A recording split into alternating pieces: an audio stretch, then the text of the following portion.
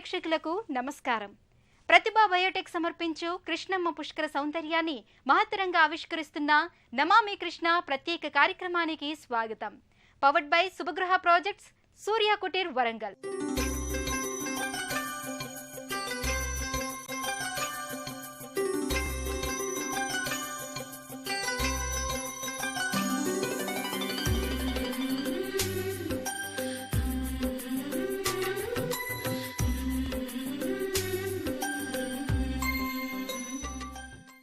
జలమే సృష్టిలో సమస్త జీవరాశికి ఆధారం.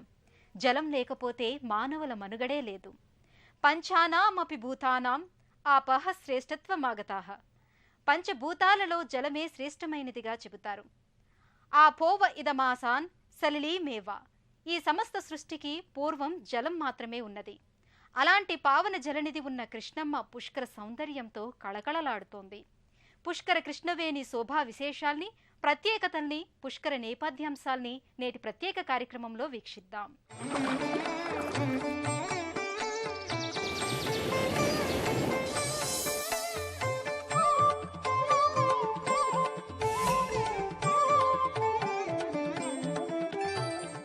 దేవతలకు ప్రియం కలిగించేది జలమేనని వేదం చెబుతోంది. అందుకే సనాతన సాంప్రదాయాలకు జలానికి, జలరాశులైన నదులకి అంత ప్రత్యేకత.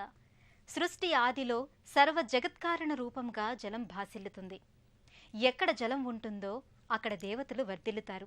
అందుకే ఆలయాల సముదాయాల్లో కోనేరులు, పుష్కరిణులు ఉంటాయి. పుష్కర నది అయిన కృష్ణమ్మ ప్రశస్తిని, ఆలయాలలో కొలువుండే జలస్వరూపాల ప్రాధాన్యతను ఇప్పుడు మనకు శ్రీ మల్లాప్రగడ శ్రీమన్నారాయణమూర్తి గారు విశదీకరిస్తున్నారు.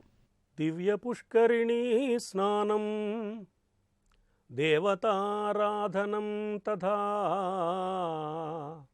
మహాప్రసాద స్వీకారః త్రయం అత్యంత దుర్లభం అన్నది సంప్రదాయం. పుష్కరిణీ స్నానం, ఇష్టదేవతను ఆరాధించడం, దేవతామూర్తి యొక్క దివ్య ప్రసాదాన్ని స్వీకరించడం దుర్లభమైనవి. వాటిని సంపాదించుకోగలిగితే విశేష పుణ్యప్రదమైన స్థితిని, దుర్లభమైన పుణ్యాన్ని ప్రసాదించగలిగిన శక్తి కలిగినవి అని మన పెద్దలు చెప్పారు. నదీ తీరాలలో క్షేత్రాలు ఉండడం ఒక విశేషమైతే, మరికొన్ని క్షేత్రాలు నదీ తీరాలలో లేకపోయినా నదీ తీరాలలో ఉండే క్షేత్రాలకు వెళ్ళి నదిలో స్నానం చేసి ఆ నదీ తీరంలోని దేవతామూర్తులను దర్శించుకుని సేవించుకుని భక్తులు పొందే పుణ్యప్రదమైన దివ్య స్థితిని భక్తులకు అనుగ్రహించడం కోసం దేవాలయాలలో పుష్కరిణి అన్న పేరుతో ఒక సరస్సు ఏర్పడుతుంది. దాన్ని మన భాషలో కోనేరు అంట, మామూలు వ్యవహారిక భాషలో. దేవాలయంలో స్వామివారికి చెందిన పుష్కరిణి కాబట్టి దీన్ని స్వామి పుష్కరిణి అంటారు. ముఖ్యంగా తిరుమల క్షేత్రంలో వెంకటేశ్వర స్వామి వారిని దర్శించడానికి వెళ్ళిన భక్తులు ముందుగా స్వామి పుష్కరిణిలో స్నానం చేసి పవిత్రతను సంపాదించుకుని ఆ తర్వాత స్వామివారి దర్శనం చేసుకోవడం అన్నది అనూచానంగా, సంప్రదాయంగా మనకు కనపడుతూనే ఉన్నది. ఏ దేవాలయంలో అయినా ఈ పుష్కరిణి ఎందుకు ఏర్పడుతోంది అంటే ఈ లక్ష్యంతోనే పుష్కరిణిని మన పెద్దలు ఏర్పాటు చేశారు. ఒకప్పుడు సరస్వతి నది మహావిష్ణువును ప్రార్థించింది. నదులకెంతో పవిత్రత ఉంది. నదీ తీరాలలో పవిత్రమైన నదీ జలాలలో స్నానమాచరించి క్షేత్ర దేవతామూర్తిని దర్శించుకుని భక్తులు ఆనందాన్ని పొందుతున్నారు, పుణ్యప్రదమైన స్థితిని అనుభవిస్తున్నారు. నదీ తీరం కాని చోట భక్తులకి అవకాశం లేకుండా పోయిందే అని సరస్వతీ నది భక్తుల పక్షాన మహావిష్ణువుకు మొరపెట్టుకున్నది. అప్పుడు మహావిష్ణువు సరస్వతీ నదికి ఒక వరం ఇచ్చాడు. సర్వతీర్థాలలోని పవిత్ర జలముల యొక్క పుణ్యస్థితి ఏ దేవాలయం ముందైనా సరే పుష్కరిణి ఏర్పాటు చేస్తే ఆ పుష్కరిణిలో తప్పక ప్రవేశిస్తుంది అని శ్రీ మహావిష్ణువు వరమిచ్చిన కారణంగా నాటి నుంచి ఏ దేవాలయంలో అయినా పుష్కరిణి ఒకటి ఏర్పాటు చేస్తే, అంటే సరస్సు కోనేరు ఏర్పాటు చేస్తే, ఆ కోనేటి నీటిలో పవిత్రమైన పుణ్యప్రదమైన సకల తీర్థాల జలాలు అందులో ప్రవేశిస్తాయన్నది అనూచానంగా వస్తున్న ఒక అద్భుతమైన అఖండమైన విశ్వాసం. లోకంలో సంప్రదాయం ఏమిటి అంటే, దేవాలయానికి ఎందుకు వెళ్తాం మనం? దేవాలయంలో స్వామివారి దర్శనం ఎందుకు చేసుకుంటామంటే, ఈ శరీరం అంతా కూడా ఒక సమాజం అనుకుంటే, ఊరు అనుకుంటే ఊరికి గుడి ఎటువంటిదో, శరీరంలో గుండె ఎటువంటిదో ఊరికి గుడి అటువంటిది అని చెప్పారు. ఊళ్ళో ఉన్న ప్రజలు గుడికి వెళతారు. శరీరంలో వివిధ శరీర భాగాలలో ప్రసారమయ్యే రక్తము శరీర భాగాల్లోకి వెళ్ళి మళ్ళీ శుభ్రతను పొందడానికి, మాలిన్యాన్ని పొందిన ఈ రక్తం శుభ్రతను పొందడానికి గుండెకు చేరుతుంది. ఊరికి గుండెకాయ వంటిది గుడి. రకరకాల పరిపాటల్లో, దినచర్యలో, వ్యవసాయంలోనో, వ్యాపారంలోనో, వృత్తిలోనో, ఉద్యోగంలోనో పగలంతా పనిచేసి అనేక రకాల దైనందిన కార్యకలాపాలలో మాలిన్యాన్ని పొందిన మానవుడి మనస్సు దేవాలయానికి వెళ్ళి స్వామి సన్నిధిలో తన అర్చావిధులు నిర్వహించుకుని స్వామి అనుగ్రహాన్ని పొంది పవిత్రీకృతం కావడానికి ఒక మంచి అవకాశం ఉంది. కాబట్టి గుడి గుండె లాంటిది అన్నారు. మరి పవిత్రమైన స్వామి అర్చన చెయ్యాలి అంటే ఈ అర్చన చేసే వ్యక్తి ముందు పవిత్రుడు కావాలి కదా. అతన్ని పవిత్రుడిని చేసేది ఏది అంటే జలం మాత్రమే. ఆపః పునంతు పృథివీం పృథివీ పునాతు మాం అన్నమాట లోకంలో వింటూ ఉంటాం మనం. నీరు భూమిని శుద్ధి చేస్తుంది. భూమిపైన ఉన్న మానవులందరినీ కూడా శుద్ధి చేసే శక్తి నీటికి ఉంది. కనుక నదీ తీరం లేని చోట, నది లేని చోట నదీ తీరంలో ఉన్న దేవాలయానికి వచ్చే ప్రయోజనం నదీ తీరాలు కాని చోట్ల ఉండే దేవాలయాలలో కూడా భక్తులు పొందాలి అన్న సంకల్పంతో మహర్షులు తపస్సులు చేసి దేవతామూర్తుల యొక్క దివ్య అనుగ్రహాన్ని సంపాదించి మన కోసం చేసిన ఏర్పాటు, సామాన్యులైన భక్తజనుల సిద్ధి కోసం చేసిన ఏర్పాటు, సామాన్యులను తరింపచేయడం కోసం చేసిన ఏర్పాటు ఈ దివ్య పుష్కరిణి. శుద్ధ జలం తేజస్సును, అలలతో ప్రవహించే జలం వల్ల బలం, జలాశయాల మధ్యలో ఉండే జలం వల్ల పుష్టి, ఋత్వికులు, యోగులు స్నానం చేసిన జలంలో స్నానించడం వల్ల ఆయుష్ కలుగుతాయని కృష్ణ యజుర్వేదం తెలియజేస్తోంది. ప్రతి వ్యక్తికి జలం అష్టవిధ ఫలితాలని కలిగిస్తుందని చాందోగ ఉపనిషత్తు చెబుతోంది. అలాంటి జలం కృష్ణమ్మ సన్నిధిలో పవిత్రీకృతమై పుష్కర కృష్ణగా మారింది. పావన జల సన్నిధులు మన ముంగిట నిలిచిన పెన్నిధులు. ఈ జల నిలువుల వైశిష్ట్యాన్ని, విశేషాల్ని మరికొన్నిటిని శ్రీ మల్లాప్రగడ శ్రీమన్నారాయణమూర్తి గారు ఇలా తెలియజేస్తున్నారు. సరస్వతి నది శ్రీ మహావిష్ణువు నుంచి వరం పొందిన కారణంగా పుష్కరిణికి ఒక ప్రత్యేకత ఏర్పడింది. ఆ ప్రత్యేకత కారణంగా స్వామి పుష్కరిణిలో స్నానం చేస్తే విశేషమైన పుణ్యాన్ని సంపాదించుకుని మానవుడు ఆనందాన్ని పొందగలిగే ఒక అద్భుతమైన అవకాశం ఉంది అని మహర్షులు నిరూపించారు. గంగా, యమున, బ్రహ్మపుత్ర, గోదావరి, కృష్ణ, పెన్న, తుంగభద్ర, సింధు నది, నర్మదా నది, కావేరి నది ఇలాంటి సుప్రసిద్ధమైన పుణ్య నదులు ఏవి దేశంలో మనకు కనపడుతున్నాయో అన్ని నదుల తీర్థాలు కూడా ఈ పుష్కరిణిలో ప్రవేశిస్తాయని, అసలు సరస్వతీ నది పొందిన వరం కారణంగా ఈ పుణ్యతీర్థాలన్నిటికీ జన్మభూమిగా ఉన్నది ఆ పుష్కరిణి అయిపోతుందని మన పెద్దలు చెప్పారు. అందుకని గంగాది సర్వతీర్థానాం జన్మభూమి విరాజతే, గంగాది సర్వతీర్థానాం జన్మభూమి విరాజతే, తస్యాం ఏ స్నాంతి మనుజః, తస్యాం ఏ స్నాంతి మనుజాః తే ధన్యాః పుణ్యవివర్ధనః. గంగాది సర్వతీర్థాలకు జన్మభూమిగా చెప్పబడే పుష్కరిణిలో గనక స్నానం చేస్తే, ఏ దేవాలయంలో ఉన్న పుష్కరిణి అయినా సరే, ఆ పుష్కరిణిలో స్నానం చేస్తే తస్యాం ఏ స్నాంతి మనుజః, అక్కడ స్నానం చేసిన మానవులు ధన్యులై తమకున్న పుణ్యాన్ని రెండింతలు మూడింతలు చేసుకునే అవకాశం పుష్కరిణి స్నానం వల్ల పొందగలుగుతున్నారు అన్నది మహర్షులు మనకు తెలియచేసిన గొప్ప మాట. స్నానమాత్రేణ సర్వేషాం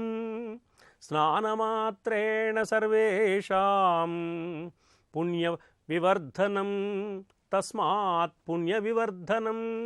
స్నానం చేసినంత మాత్రాన వారి పుణ్యాన్ని వృద్ధి చేయించగల శక్తి పుష్కరిణీ జలానికి ఉన్నదని.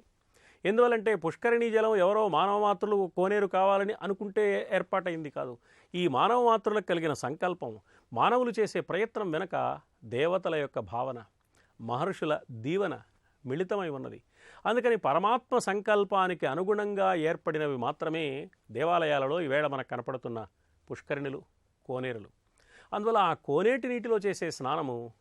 నదీజల స్నానంతో సమానం. ఒక్క నది కాదు, గంగాది సర్వతీర్థానాం, గంగాది సమస్తమైన నదులలో చేసే స్నాన పుణ్య ఫలము ఈ కోనేటి నీటిలో స్నానం చేసినందువల్ల కలుగుతుంది అని చెప్పారు.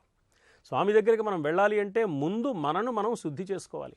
పవిత్రమైన హృదయంతో మాత్రమే, పవిత్రమైన శరీరంతో మాత్రమే, పవిత్రమైన భావంతో మాత్రమే స్వామిని దర్శించవలసి ఉంది. మన సంప్రదాయం ఏం చెబుతుంది అంటే, రుద్రుడు కానివాడు రుద్రుణ్ణి అర్చించలేడు, విష్ణువు కానివాడు విష్ణువుని అర్చించలేడు అని. మరి దైవాన్ని ఆరాధించాలంటే దివ్యత్వం మనలోకి రావాలి. దివ్యత్వం మనలోకి రావాలి అంటే మనస్సుకి స్వచ్ఛత కావాలి, నైర్మల్యం కావాలి, మనస్సులోని మాలిన్యాలు ప్రక్షాళనం కావాలి. మనస్సు మాలిన్యాన్ని దూరం చేసుకోవడానికి కావలసిన స్థితి, వాతావరణం ఏర్పడడానికి ముందుగా శరీరానికి పరిశుభ్రత కావాలి. ఎక్కడో ఇంటి దగ్గర స్నానం చేసి వచ్చినా కొంత దూరం ప్రయాణం చేసి వస్తాం కాబట్టి లోకి వెళ్ళబోయే ముందు, ఆలయంలో అడుగు పెట్టడానికి ముందుగా పుష్కరిణిలో స్నానం చేయడం ద్వారా ఇటు శారీరకమైన పరిశుభ్రతతో పాటు మానసికమైన నైర్మల్యాన్ని, పవిత్రతను సంపాదించుకుని పరమాత్మ అనుగ్రహం పొందడానికి మంచి అవకాశం ఉంటుంది. అందువల్ల దేవతా దర్శనానికి ముందుగా పుష్కరిణి స్నానం మనం చేయాలని, ఆ పుష్కరిణి స్నానం కారణంగా విశేషమైన పుణ్యాన్ని పొందే అవకాశం మహర్షులు మనకు ఏర్పాటు చేశారని తెలుస్తున్నది. ఆలయాలలో పుష్కరిణి మనకు అభ్యుదయాన్ని, ఆనందాన్ని, వైభవాన్ని ప్రసాదించడానికే ఏర్పడింది అని తెలుస్తున్నది. స్వస్తి సర్వేషాం సమస్త సన్మంగళాని. పుష్కరుడు తీర్థరాజు. పుష్కరుడంటే వరుణదేవుడే. పుణ్యపురుషులకు ఆశ్రయం కల్పించిన స్థలమే తీర్థం. నదుల్ని ప్రక్షాళన చేయటానికి బృహస్పతితో కలిసి పుష్కరుడు సంవత్సరానికి ఒక్కో నదిలోకి ప్రవేశిస్తున్నాడు. బృహస్పతి పుష్కర ద్వయం వల్ల నదులన్నీ పావనత్వాన్ని సంతరించుకుంటున్నాయి. ఆ పుష్కర సమయంలో ఆ నదీ వాహినిలలో స్నానించిన వారికి పుణ్యశ్రీ సంప్రాప్తిస్తుంది. ప్రస్తుతం కృష్ణవేణి పుణ్యాలపేటిగా పుష్కర దివ్యత్వాన్ని అందుకుంది. తనలో స్నానించిన వారి పాపాలన్నిటినీ సకలం ప్రక్షాళన చేస్తోంది. ఇంతకీ కృష్ణానదిలోకి అడుగిడిన పుష్కరుని కథా కమామిషేంటి? ఆ వివరాన్ని ఇప్పుడు మనకు మాతాశ్రీ శివచైతన్య గారు తెలియజేస్తున్నారు. బృహస్పతి అనేటటువంటి మహానుభావుడు మనకి ఇవాళ పుష్కరుణ్ణి తన వెంట తీసుకుని ఆయా నదిలో ప్రవేశించడం అనేటటువంటిది కృష్ణా పుష్కరాలు. మనకి ముందుగా అసలు కృష్ణా నదికి ఏ రాశి అని మనం ఆలోచిస్తే కన్యా రాశి. ఈ కన్యా రాశిలో బృహస్పతి ఎప్పుడైతే ప్రవేశిస్తారో అప్పుడు ఆ నదికి పుష్కరాలు వస్తుంది. అసలు ఈ రాశిలో ప్రవేశించడం ఏమిటి, ప్రవేశిస్తే పుష్కరం రావడం ఏమిటి అనే దాని గురించి మనకి పురాణాలు చెప్పినటువంటి విషయాన్ని మనం కాస్త వివరించుకుందాము. తుందిలుడు అనేటటువంటి ఒక గంధర్వుడు, అతడు భక్తుడు. అయితే ఒక్కొక్క వ్యక్తికి ఒక్కొక్క లక్ష్యం ఉంటూ ఉంటుంది. కొందరు తన కుటుంబం బాగుండాలి అనుకుంటారు, మరికొందరు తన దేశం బాగుండాలి అనుకుంటారు, మరికొందరు తన దేశమే కాదు యావత్ ప్రపంచము బాగుండాలి అనుకుంటారు, మరికొందరు 14 లోకాలు బాగుండాలి అనుకుంటారు. దానిలో చివరిగా చెప్పుకున్నటువంటి ఒక సత్యవంతుడు, సత్పురుషుడు ఈ తుందిలుడు అనేటటువంటి వాడు. అతడు పరమేశ్వరుని గురించి తపస్సు చేశాడు. తపస్సు చేయగానే ఆయన చేసినటువంటి తపశ్శక్తికి పరమేశ్వరుడు ప్రత్యక్షమై ఏం వరం కావాలి కోరుకో అని అన్నారు. అయితే ఆయన పేరుకు తగినట్టుగానే అతని స్వభావం కూడా పరమేశ్వరుడు ప్రత్యక్షమైతే అతను ఏం కోరుకున్నాడంటే, నన్ను ఎవరైతే ఆశ్రయిస్తారో, నా సంబంధాన్ని పెట్టుకుంటారో వారికి 2 కలగాలి. ఏమిటది అని అంటే, ఒకటి వృద్ధి, రెండవది శుద్ధి. వృద్ధి శుద్ధి అంటే వృద్ధిగా ఉంది, శుద్ధి లేదు, ఏమి లాభము? శుద్ధి ఉంది కానీ వృద్ధి లేదు, అదేమి లాభము? ఈ 2 తనకి ఉండాలి. తన ద్వారా ఈ సమాజానికి, ఈ ప్రపంచానికి, ఈ లోకానికి అందాలి అని కోరుకున్నాడు తుందిలుడు. దానితో పరమేశ్వరుడు ఎంత చక్కని కోరిక కోరుకున్నామని సంతోషంతో, అసలే భోళాశంకరుడు, అందున మంచి కోరిక కోరుకున్నాడేమో, స్వామి చాలా సంతసించి ఆయనకి ఆ వరాన్ని అనుగ్రహించాడు. ఇక అలా వరాన్ని పొందినటువంటి ఇతడికి వృద్ధి శుద్ధి అనేటటువంటి వరాలు పొందాడేమో, ఇతడి పేరు పుష్కరుడు అయ్యాడు. అంటే వృద్ధి అంటేనే పుష్కలం, పుష్కరం. అటువంటి పుష్కరుడే పేరుతో ప్రసిద్ధికెక్కినటువంటి ఇతన్ని బ్రహ్మగారు మరలా పరమేశ్వరుని ప్రార్థించి, నేను సృష్టి చెయ్యాలి అంటే ఇవి నాకు 2 ఉండాలి. చూడండి, మనకి ఏ పని చేసినా అది డెవలప్ అవుతూ ఉండాలి, వృద్ధిగా ఉండాలి. అంతేకాదు అక్కడ చేసేటటువంటి వాడికి కార్యశుద్ధి ఉండాలి, చిత్తశుద్ధి ఉండాలి, అలాగే చేసే పనిలో శ్రద్ధ కూడా ఉండాలి. అంచేత వృద్ధి శుద్ధి ఉన్నటువంటి ఇతడు నాకు కావాలి, తద్వారా నేను ఈ సృష్టిని సమర్థవంతంగా చేయగలను అని బ్రహ్మగారు పరమేశ్వరుని కోరారు. సరే, ఆ కోరిక కోరడంతో పరమేశ్వరుడు బ్రహ్మగారి యొక్క కోరికను ఆమోదించి, నాయనా పుష్కర, చూడు బ్రహ్మగారు కోరుకుంటున్నారు, అతని సృష్టి కార్యంలో నీవు సహకరించు అన్నారు. ఇది మహద్భాగ్యము, చాలా సంతోషం అని పుష్కరుడు కూడా ఒప్పుకున్నాడు. అయితే బ్రహ్మగారు ఇతన్ని ఎక్కడ పెట్టుకోవాలి అని అనుకున్నప్పుడు పరమేశ్వరుడు ఎప్పుడైతే వరం ఇచ్చాడో ఆ వృద్ధి శుద్ధి అనేటటువంటివి తన అష్టరూపాల్లో ఏ రూపానికి ఉంది, ఏ భూతానికి ఉంది అని ఆలోచించినటువంటి పరమేశ్వరుడు ఆకాశము, వాయువు, అగ్ని, జలము, పృథ్వీ ఇవి 5, అలానే సూర్య, చంద్ర, జీవ లేదా యజమాని ఇవి 8 రూపాలు పరమేశ్వరుని యొక్క ప్రత్యక్ష రూపాలన్నమాట. ఇటువంటి ఈ అష్టరూపాల్లో జలరూపమైతే వృద్ధిని శుద్ధిని తక్షణమే కలిగించగలిగినటువంటి శక్తి ఉంది అని పరమేశ్వరుడు ఇతన్ని జలరూప అధిష్టానంగా ఈ పుష్కరుడికి అనుగ్రహించారు.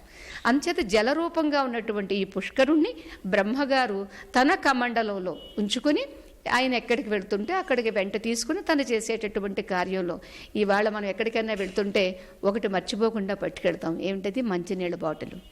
అలా మనం తాగడానికి ఎలా నీళ్లు తీసుకుని వెళతామో పూర్వకాలం ఋషులు కానీ మన దేవతలు కానీ కమండలం తీసుకుని వెళ్ళేవారు. కమండలం అంటే అది జలానికి ఒక పాత్ర. అటువంటి ఆ కమండలంలో పుష్కరుడు ఉండేవాడు. ఈయన వెళ్ళిన చోటల్లా అది పోస్తూ ఉంటే అక్కడ వృద్ధి శుద్ధి రెండూ జరిగేటటువంటివి. కొంతకాలానికి బృహస్పతి తాను అనుకున్నారు, అరే నేను ఏ రాశిలో ప్రవేశిస్తున్నానో ఆయా రాశి ఆయా నదికి సంబంధించి ఉంటుంది. అటువంటి ఆ రాశిగత నదిల దగ్గరికి నేను వెళుతున్నప్పుడు ఈ పుష్కరుడు ఉంటే ఆ పుష్కర స్నానము, ఆ ఫలము ఈ చేసినటువంటి వారికి ప్రతి జీవికి కూడా ఈ సత్ఫలితం కలగాలి అంటే నాకు పుష్కరుడు అవసరము అని ఆయన బ్రహ్మగారిని ప్రార్థించారు. ఇది చూడండి, ఒక మంచి పనికి ఎందరెందరో దాన్ని సమైక్యతతో ఒక సమన్వయంతో చేస్తేనే ఈ లోకానికి కళ్యాణము అనేటటువంటిది జరుగుతుంది. ఇలా ఎప్పుడైతే బృహస్పతి కోరారో బ్రహ్మగారు కూడా చాలా సంతోషించారు. అయితే పుష్కరుడు అంటాడు, నేను బ్రహ్మగారి దగ్గర ఉండడమే నాకు ఇష్టం కానీ మీ వెంట రావడం నాకు ఇష్టం లేదు అంటాడు. కృష్ణమ్మ మన దేశంలో 3వ అతిపెద్ద నది. కృష్ణమ్మకు ఇది పుష్కర శోభాధరణం. స్వతహా సిద్ధంగా పరిశుద్ధ కారకాలైన నదీ జలాలు పుష్కర సమయంలో మరింతగా పాపారులే భాసిల్లుతాయి, ఔషధీ తత్వంతో విలసిల్లుతాయి. బ్రహ్మ తేజస్సు ఆ నదీ జలాలకు ఆపాదితమవుతాయి. 3.5 కోట్ల తీర్థాలు అదృశ్య రూపంగా శక్తి సమన్వితంగా పుష్కర వేణిలో సమ్మిళితమవుతాయి. సమస్త దేవతలు సూక్ష్మ రూపంలో పుష్కర నదిలోనే 12 రోజుల పాటు కొలువుంటారు. ఇన్ని ప్రత్యేకతలు ప్రస్తుతం కృష్ణమ్మ సొంతం చేసుకుంది. ఇందుకు కారణం పుష్కరుడు బృహస్పతితో కలిసి కృష్ణమ్మతో భేటీ అవడం. మరి ఆ విశేషాల పరమార్థం సవివరంగా మాతాశ్రీ శివచైతన్య గారు ఇలా తెలియజేస్తున్నారు. బ్రహ్మగారు ఒక వడంబడికతో ఈయనకి చెబుతారు. ఏమిటి అంటే, బృహస్పతి నీవు ఏ రాశిలో ప్రవేశిస్తావో ఆ రాశిగత నదిలో నీవు ఉన్నప్పుడు 12 రోజులు, అలానే సంవత్సర కాలము మధ్యాహ్నం వేళ 4 గడియలు అంటే ఇంచుమించుగా 93 నిమిషాల సమయం. అంచేత మెట్ట మధ్యాహ్నం వేళ, అలానే అంత్య పుష్కరాలు, ఆదిలో 12 రోజులు, అంత్యంలో 12 రోజులు ఇలా ఉండేట్టుగా నీకు నేను అనుమతిస్తున్నాను, మిగిలిన సమయం అంతా తిరిగి నాతో ఉండవచ్చు అన్నారు. దానికి బృహస్పతి కూడా ఒప్పుకున్నారనమాట. ఇలా ఈ బృహస్పతి కోరిన కోరికపై కన్యారాశిలో ప్రవేశిస్తున్నటువంటి ఈ బృహస్పతి పుష్కరుని వెంట ఇవాళ మన నదిలో, కృష్ణవేణి నదిలో ప్రవేశిస్తూ ఉన్నారు. మనకి 11వ తారీఖు రాత్రి 9:30 ఆ సమయంలో ప్రవేశిస్తున్నాడు అని మన జ్యోతిష్ శాస్త్రవేత్తలు చెబుతూ ఉన్నారు. ఇలా ప్రవేశించడంతో ఏమవుతుంది? ఈ పుష్కరుడు రావడంతో వృద్ధి శుద్ధి అనేటటువంటి ఈ 2 లక్షణాలతో 30 కోటి తీర్థములన్నీ కూడా కలిసి చేరతాయి. ఈ నదిలో అనేది ఒకటి. ఇక 30 కోట్ల తీర్థాలన్నీ ప్రవేశిస్తూ ఉంటే దేవతలు ఊరుకుంటారా? త్రిమూర్తులు, బృహస్పతి ఎలానూ వస్తూ ఉన్నారు, త్రిమూర్తులు వేయించేస్తారు, 33 కోట్ల దేవతలు కూడా వేయించేస్తారు. ఎందుకు ఏమిటండి ఇంతమంది వేయించేస్తారు, మాకేమిటి ఫలితము అని అంటే మనకి శాస్త్ర ప్రమాణము ఏమిటి అంటే, జన్మ ప్రభృతి యత్ పాపం స్త్రియా వా పురుషేణ వా పుష్కర స్నానమాత్రస్య సర్వమేవ ప్రణశ్యతి అని శాస్త్రవాక్యం. ఏమిటి అంటే, పుట్టింది మొదలు తెలిసి కానీ తెలియక కానీ, తెలిసి కొన్ని మంచి పనులు చేస్తాము, తెలియక ఎన్నో పాప పనులు చేస్తూ ఉంటాము. అది వాచికంగా కావచ్చు, మానసికంగా కావచ్చు, కాయికంగా కావచ్చు. అంచేత ఈ 3 కరణాలతో చేసినటువంటివి ఇవన్నీ స్త్రీయావా పురుషేణవా, వాళ్ళు స్త్రీ కావచ్చు, పురుషుడు కావచ్చు. అంతేగాని ఇక్కడ బ్రాహ్మణోవా క్షత్రియోవా అని చెప్పలేదు ఇక్కడ మనుషుల్లో. అయితే ఇక్కడ మనిషికేనండి పుణ్యం, మిగిలిన వాటికి లేదా అంటే, పుణ్యము పాపము అనేటటువంటి సమస్య మనిషికి తప్ప మరి ఏ ప్రాణికి లేదండి. నిజంగా ఏ ప్రాణి పాపం చెయ్యదు, పుణ్యము చెయ్యదు, రెండింటితో అసలు వాళ్ళకి సంబంధమే లేదు. ఈ సంబంధం అంతా ఎవరికంటే కేవలం మనిషికి మాత్రమే. అంచేత స్త్రీ కానీ పురుషుడు కానీ స్నానం చేస్తే ఏమిటి, పుష్కర స్నాన మాత్రస్య, పుష్కర స్నాన మాత్రంతో పుట్టినప్పటి నుంచి తెలిసి తెలియక చేసినటువంటి పాపములన్నీ యత్పాపం అని చెప్పింది. ఏ పాపమైతే చేసి ఉన్నాడో సర్వమేవ అన్నీ నశించి తీరుతాయి అని శాస్త్రవాక్యం. అంతే ఇది మనకు తెలిస్తే ఈ విశ్వాసాన్ని మనం కలిగి ఉండి అది ఒక పవిత్ర భావనతో, ఒక భక్తి శ్రద్ధతో, ఆ నది అంటే కేవలం నీరు మాత్రమే కాదు, ఆ నదీమ తల్లి, నదులను మనం తల్లులుగా, సముద్రాలని మనం తండ్రిగా అంటే పురుషుడిగా, వీటిని స్త్రీగా మనం భావిస్తూ ఉంటాం. కృష్ణా స్నానం వల్ల బాహ్య కాలుష్యాలు తొలగుతున్నాయి. కృష్ణా నది జలపానం వల్ల మనలోని ఆంతరంగిక కల్మషాలు నివారణ చెందుతున్నాయి. సకల మానవాళికి నిత్య కళ్యాణి జలశిరోమణి మన కృష్ణవేణి. ఆ నది భాగ్య జలరాని మనకు ఎన్నో విధాల ఉపయుక్తమవుతోంది. అందుకు సన్మంగళకరంగా కృష్ణమ్మకు కృతజ్ఞతలు చెల్లించుకునే తరుణమే కృష్ణా పుష్కర సంబరాలు. కృష్ణా పుష్కర వైభవానికి సంబంధించిన మరిన్ని విశేషాలు రేపటి నమామి కృష్ణ ప్రత్యేక కార్యక్రమంలో అవలోకిద్దాం. అంతవరకు సెలవు, నమస్కారం.